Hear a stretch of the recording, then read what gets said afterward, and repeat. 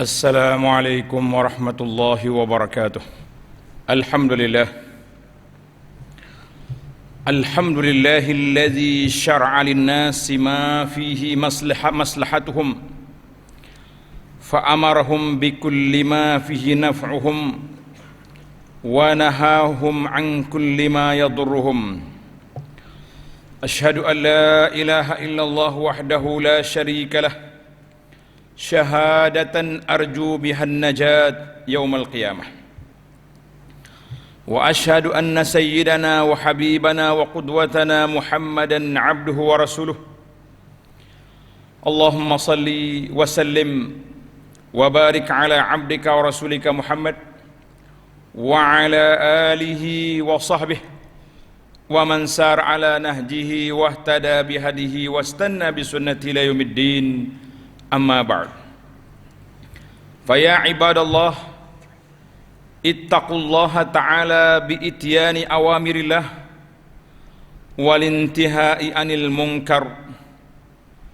A'udzu billahi minasy syaithanir rajim. Ya ayyuhalladzina amanu ista'inu bis sabri was salah innallaha ma'as sabirin. Wahai hamba-hamba Allah, bertakwalah kita kepada Allah Azza wa Jalla dengan sebenar-benarnya. Hendaklah kita sentiasa meningkatkan ilmu kita, meningkatkan amalan kita, meningkatkan ihsan, supaya kita makin hari makin rasa dekat dengan Allah Azza wa Jalla. Kalau kita tidak muhasabah diri, kita tidak sentiasa menginsafi apa yang berlaku,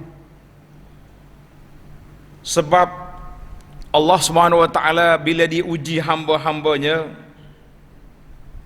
kata di para ulama, disitulah Allah nak tengok adakah kita insaf ataupun tidak.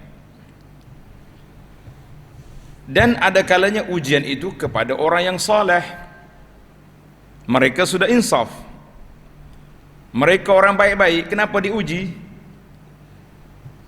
Jawabnya, Allah nak angkat darjat mereka. Maka ujian itu datang sama ada li raf'in darajat ataupun untuk menghapuskan sayyiat. Para jemaah sekalian, perbincangan kita pada hari ini Jumaat 5 hari bulan Mac 2021 bersamaan dengan 21 Rajab 1442, bermakna kita sudah menghampiri Ramadan, hanya ada sebulan lebih ataupun tak sampai 40 hari lagi. Rajab tinggal seminggu lebih, kemudian Syaban, datang Ramadan. Tuan-tuan, berdoalah kepada Allah Azza wa Jalla, semoga Ramadan tahun ini kita dapat bersama berada di rumah Allah, beriktikaf, salatul jamaah, salatul qiyam ataupun salat tarawih bersama-sama, tidak lagi terkurung sebagaimana yang berlaku pada kita pada Ramadan 1441.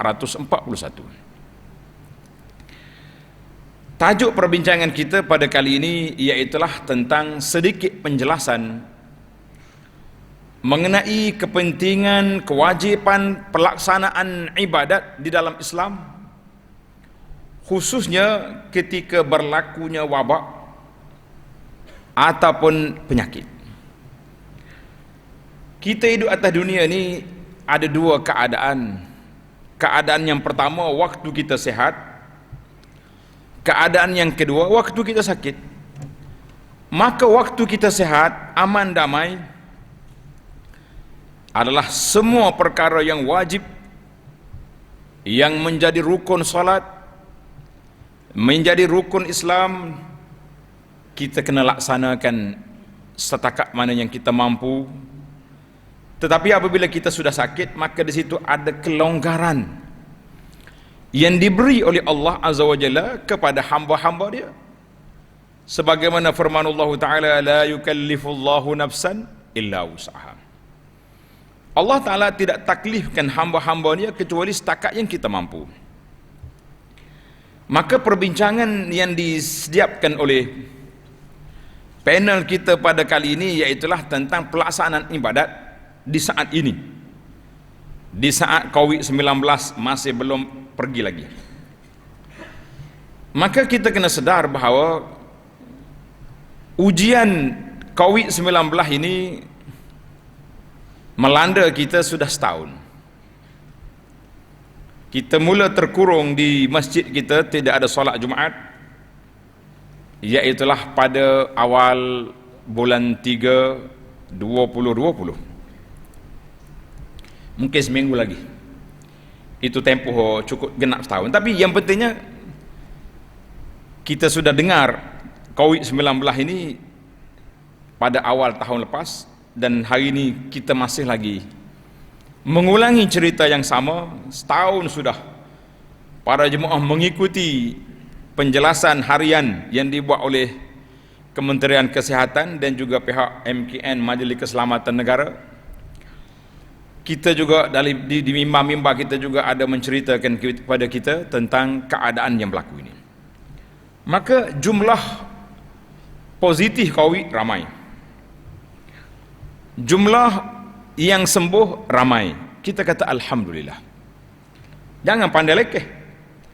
Namun ada beberapa negara kita nampak kematian di tempat mereka begitu banyak, begitu ramai, sehingga kita terasa macam tak ada apa gitu ya. Setengah orang bercakap, ada yang buat video, mana ada bahaya penyakit ini, itu bahasa dia. Tapi bahasa ahli-ahli kesihatan, mereka bercakap dengan ilmu dia. Baiklah para jemaah sekalian, maksud ayat yang kita baca tadi, a'udzubillahi minasyaitanirrajim, ya ayyuhalladzina amanu ista'inu bis-sabri was-salah innallaha ma'as sabirin. Wahai orang yang beriman, mohonlah pertolongan Allah Subhanahu wa taala dengan sabar. Kita setiap perkara yang kita nak buat, kita kena sabar. Sabar di sini banyak makna. Ada kata sabar melakukan ketaatan, ada juga yang mengatakan sabar meninggalkan maksiat, ada juga sabar menghadapi ujian. 3 sabar. Setengah ahli tafsir kata bis sabri ay bis siyam, kita minta pertolongan Allah Ta'ala dengan kita berpuasa. Ada tafsir sabar di sini dengan makna puasa dan salat. Manakala kita boleh kembar di antara dua ibadat ini menarik. Karena itulah bulan Ramadan kita nampak al-jaw rauhani, perasaan kerohanian kita tu tinggi sebab kita berpuasa, kita juga salat. Siangnya berpuasa, malamnya bertarawih, bertahajud. Innallaha ma'as sabirin, sesungguhnya Allah bersama dengan orang-orang yang sabar. Maka kesabaran kita di sini, ayat ini memberi pengajaran kepada kita. Surah Al-Baqarah 153, Surah Al-Baqarah 153. Pengajaran yang kita dapat ambil daripada ayat ini iaitu Allah menghendaki sikap kita yang mesti kita tunjukkan sebagai orang yang beriman, sebagai orang yang taat kepada Allah Azza wa Jalla. Ketika kita masih menghadapi ujian, apa saja ujian secara umumnya, ujian dengan ekonominya, ujian dengan banjirnya, ujian dengan COVID-nya, ujian dengan kestabilan pemerintahannya, macam-macam ujian, sehingga ekonomi merosot dengan sebab PKP. Kita kata itu semua ujian yang telah menyusahkan kehidupan kita, maka wajib kita laluinya dengan sabar. Kerana Allah Ta'ala sebut di akhir ayat ini, innallaha ma'as sabirin, sesungguhnya Allah bersama, sentiasa bersama, memberi pertolongan, bimbingan kepada orang yang sabar. Kita adalah manusia yang bersifat lemah, perlu mempunyai hubungan yang rapat dan kekuatan yang jitu dengan Allah yang Maha Berkuasa. Sebab pintu pertolongan kita daripada Allah, Kita jangan tak pintu pertolongan kita daripada fulan bin fulan, daripada kementerian tu, daripada WHO, W siapa, geng-geng konspirasi. Itu bukan pintu. Pintu kita iaitulah dengan pertolongan Allah. Kita mendapat pertolongan Allah. Dengan pertolongannya, taufiknya, insya-Allah kita akan beroleh kejayaan mengatasi halang-halangan, cobaan dan ujian yang kita hadapi. Sesungguhnya amalan yang besar tidak akan berjaya dilakukan melainkan kita punya pendirian yang teguh secara berterusan. Maknanya walaupun kita diuji, jangan lupa Tuhan. Jangan pergi cari hantu, pergi cari benda-benda yang pelik-pelik, bomo-bomo, tunggu-tunggu kayu, jangan cari. Apabila diuji, seorang itu bersabar, maka kesabaran itu adalah sunnatullah, peraturan Allah Subhanahu wa taala yang menjadi prasyarat mencapai kejayaan dan kemenangan. Sesiapa yang tidak bersabar, Allah Subhanahu wa taala tidak bersamanya, memberi pertolongan, memberi inayah, kerana orang itu tidak ikut sunnatullah Subhanahu wa ta'ala. Para jemaah sekalian, ketika masyarakat umat Islam berhadapan dengan musibah COVID-19, maka para ulama segera meneliti. Bukan sahaja di negeri ini, bukan sahaja di peringkat negara kita, bahkan seluruh dunia Islam, para ulama mencari kaedah yang terdapat dalam ajaran Islam, bagaimana nak merealisasikan kehidupan ini dalam suasana begini. Antara yang diberi perhatian ialah suatu kaedah dipanggil maqasidus syariah, objektif syariat. Ini salah satu daripada hasil kajian para ulama Islam terhadap nas-nas Al-Quran dan Sunnah. Maka arahan ataupun tegahan dalam Quran dan hadis itu ada objektif, ada maksud, ada maqasid. Maka diletaknya beberapa maqasid dalam kehidupan ini yang diterima oleh semua manusia, iaitulah hifzuddin, menjaga agama. Dia panggil ad-daruriyatul khamsah atau ad-daruriyatus sitt, keperluan hidup 5 ataupun 6. Yang pertama, kena jaga agama. Nak jaga agama, maka kita kena kawal agama ini jangan dirempuh masuk oleh orang-orang yang kacau, pokok geng-geng ajaran sesat contohnya, ataupun sewenang-wenangnya orang nak murtad, jangan bagi.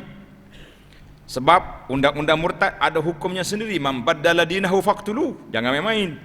Kalau ada orang gurau-gurau buat video nak murtad, kita kata jangan. Pihak berkuasa agama mesti bertegas dalam perkara ini supaya agama tidak menjadi mainan. Nak menangis putus kasih boleh, buat video saya sedih, tunangku sudah lari, larilah. Tapi saya sedih tak mau jadi orang Islam, lah. Ini perbuatan mungkar yang boleh menjadikan seorang itu terkeluar daripada agama. Para jemaah, kita kena ingat, benda bukan semua benda boleh bergurau. Dalam 3 perkara tak boleh bergurau, di antaranya masalah talak, masalah cerai, dan ini masalah-masalah murtad, orang tak boleh gurau. Yang kedua, hifzun nafsi, menjaga nyawa ataupun jiwa. Sebab nyawa kita ni setakat ni, pakar-pakar dalam dunia yang boleh reka kapal terbang, yang boleh reka tu reka ni, mereka masih lagi belum dapat reka nyawa. Walaupun dikatakan ada di kalangan masyarakat Jepun yang suka bunuh diri, dia pun tak, kalau dia boleh buat nyawa, dia bunuh diri, kita kata okey lah untuk sebagai eksperimen, sebagai tajribah, tapi dia mati-mati. Yang ketiga, hifzul aqli, nak jaga akal manusia, maka dilarangnya daripada benda mabuk. Yang keempat, hifzun nasal ataupun nak jaga kehormatan diri, keturunan, maka dilarangnya perzinaan dan segala perkara yang boleh membawa kepada zina. Yang kelima, hifzul mal, iaitulah nak menjaga harta, maka dilarangnya curi, merompok, menipu, semua itu termasuk. Ini 5 perkara ataupun 6 di antara keturunan dengan kehormatan diri tadi dipisahkan. Kalau dikembar jadi 1, jadi 5. Kalau dipisah jadi 6. Baiklah para jemaah sekalian, di antara objektif yang diberikan penekanan dalam isu bila mari wabak, iaitulah hifzun nafs, nak jaga nyawa. Syariat mengharamkan seseorang membunuh diri sendiri dan juga orang lain tanpa yang dibenarkan oleh syarak, adalah untuk menjaga nyawa.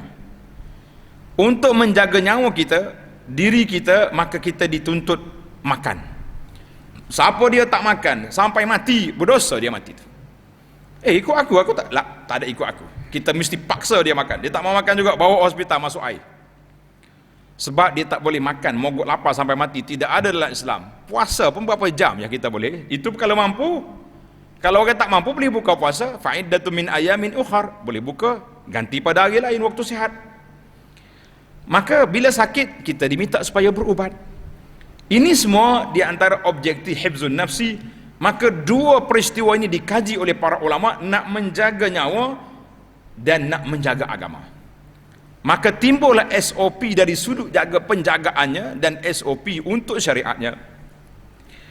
Para jemaah sekalian, keadaan masa kini kita dapati penularan COVID-19 cepat dan menyeluruh sehingga berlaku kematian. Ada tempat-tempat ramai mati di penduduk dunia. Ada yang boleh kawal. Kita yang duduk di kampung ni rasa macam tak ada apa-apa. Bila kita tanya sahabat-sahabat kita di Kementerian Kesihatan, di hospital, dia kata ICU jangan main dan nak penuh. Baru kita rasa bahaya. Jadi kalau duduk dengar cakap-cakap kedai kopi, kita tak dengar daripada orang yang berautoriti. Inilah yang menjadi sebab merebaknya. Sebab masih ramai orang yang berani, maka keadaan bila merebak penyakit ini, banyak lagi kesan-kesan lain yang datang kepada kita. Penyakit yang mengancam nyawa dan keselamatan serta keamanan hidup ini perlu diubati dan perlu dikekang dan dicegah. Sebagaimana kata ahli perubatan, al-wiqayatu khairun minal ilaj, pengekangan, penjagaan itu lebih baik daripada mengubati. Ubat itu mana lepas pada sakit dah. Ini kita tak mau bagi sakit. Maka penurunan wabak COVID ini ternyata mencetuskan ketakutan dan kebimbangan yang tinggi. Ada setengah tu tinggi, tapi ada setengah tu melampau sangat orang tu. Ada lagi orang tak nak pergi masjid lo ni. Tanya dia kenapa? Takut COVID. Waktu pergi jalan di pasar-pasar tu boleh pula dia. Dia kata pasar ke duduk jalan-jalan di masjid, kita duduk diam tunggu setengah jam nak solat ni. Dia punya alasan-alasan yang begitu kuat juga tu untuk tak pergi masjid. Kita kata ini berbahaya. Jangan terlebih SOP, nanti kita pula jadi manusia yang rugi. Kita ikut peraturan yang ada. Maka oleh kerana kebimbangan ini berlaku, para ulama di seluruh dunia termasuk negara kita telah berbincang dan telah membuat keputusan, antaranya bersetuju dengan penangguhan aktiviti keagamaan, aktiviti masjid. Maka aktiviti masjid ditangguh kerana SOP kesihatan. Maka di sana satu lagi SOP yang perlu diperkasakan, iaitulah daripada pihak autoriti agama. Kita jangan tutup masjid saja, tapi kita kena ada alternatif, kena ada ganti, kena ada penyelesaian sehingga masyarakat rasa aman, rasa tenang dengan fatwa atau pandangan yang diberi. Tahun 1441 negara Arab Saudi juga telah mengecilkan bilangan jemaah haji dan umrah. Yang pergi haji hanya beberapa orang saja daripada Malaysia, 2-3 orang je wakil mengerjakan haji. Yang biasanya haji kita ni di antara 30 hingga 50 ribu, tapi tahun ni mungkin 3 hingga 5 orang. Itu dia kata sudah dikecilkan. Maka para ulama Islam di seluruh dunia berbincang tentang masalah ini. Maka para jemaah sekalian, itu adalah satu keputusan yang perlu kita kena akur. Jangan guna pandangan sendiri yang boleh menyebabkan kecelaruan kepada masyarakat. Di antara takwa yang kita lakukan, iaitulah menunaikan solat dengan sempurna secara berjamaah, sama ada di masjid ketika masjid telah dibuka, di surau, dan juga di rumah kita. Tapi apabila surau sudah dibuka, tutup di rumah, pergi ke masjid. Jangan pula tak mau tutup. Ini jadi setengah orang ni dia tak mau tutup. Jawatan imam interim tak mau diletak jawatan pun berlaku kepada sebahagian masyarakat. Maka kita kata ini satu perkara yang tidak baik. Di antara isu yang disebut di situ iaitulah tentang dalam ayat yang akhir yang saya baca tadi, perintah Allah Azza wa Jalla supaya mematahi arahan ulil amri, pihak pemerintah Islam, selagi mereka tidak menyuruh manusia melakukan maksiat. Dalam hadis as-sam wa ta'ah haqqun ma lam yu'maru bi ma'siyah. Patuh dan taat kepada pemerintah Islam adalah satu kemestian selagi tidak diarahkan kepada perkara maksiat. Fa idza umira bi ma'siyatin fala sam'a wala ta'ah. Apabila mereka mengarahkan benda maksiat, jangan dengar, jangan taat. Hadis dalam Bukhari. Baik, dalam suasana begini kita diminta supaya tidak pergi masjid, penjarakan, bagaimana kita nak taat? Ini timbul soalan. Maka jawabnya, dalam suasana dan keadaan seperti yang kita hadapi sekarang ini, pihak kerajaan telah mengambil beberapa langkah atas dasar kebertanggungjawabannya menurut kaedah fiqh tasarruful imam ala ra'iyati manutun bil maslahah. Polisi pengurusan kerajaan itu hendaklah berasaskan menjaga kemaslahatan rakyat.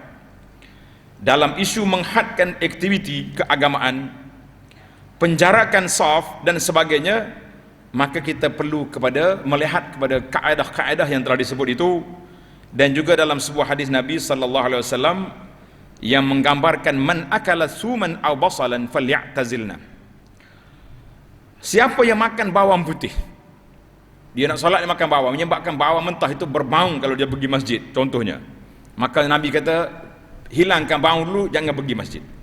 Tapi jangan buat alasan aku baru makan bawang tak lagi masjid lah. Tak, setiap kali nak azan makan bawang lah, itu mainan syaitan nama dia. Artinya oleh kerana bawang itu mengganggu para jemaah, maka kita dilarang ke masjid. Kata di para ulama Islam, oleh kerana wabak ini kita tak tahu datang dari mana, kaedah juga yang diberi la darara wala dirar, tak boleh mendatangkan mudarat kepada diri sendiri ataupun membawa mudarat kepada orang lain.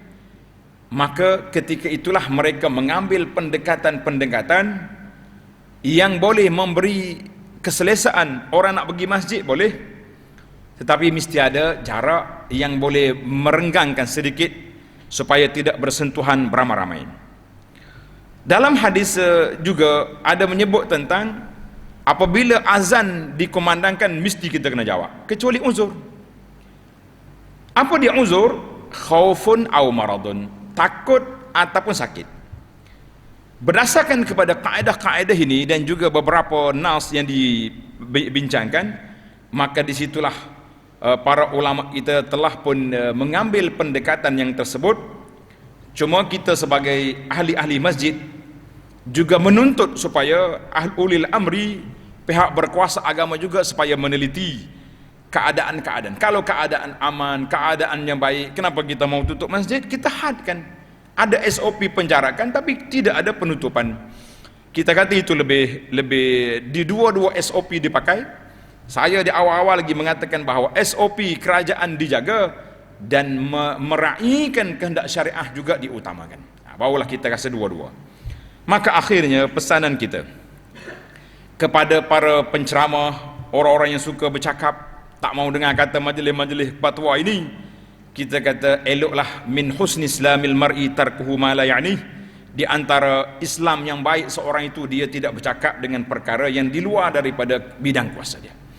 Jadi para jemaah sekalian, satu risalah yang dikeluar oleh pejabat Jabatan Perdana Menteri, Menteri di Jabatan Perdana Menteri bahagian agama, tajuk dia isu penjarakan fizikal semasa solat berjamaah di masjid dan di surau. Jadi tuan-tuan boleh baca risalah ini di masjid ini, ataupun ambil dalam internet mira.gov.my/al-bayan.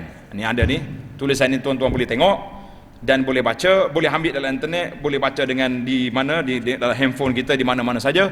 Kita kata penjelasan ini jelas. Dalam kitab ini dia kumpulkan dua pandangan yang kata jarak tu apa ni, rapak sah tu wajib, ada kata sunat, dan keadaan yang ketiga dalam keadaan wabak macam mana, terjawab dalam risalah Al-Bayan yang ke-6 ini. kita kata jazahumullahu khaira kepada yang berhormat menteri dan juga tim yang buat kajian ini. Baiklah para jemaah sekalian, pada hari Jumaat dan hari-hari yang lain sentiasalah berselawat ke atas Nabi sallallahu alaihi wasallam, kerana perintah Allah dalam Al-Quran, innallaha wa malaikatahu yusalluna 'alan nabi ya ayyuhallazina amanu sallu alaihi wa sallimu taslima.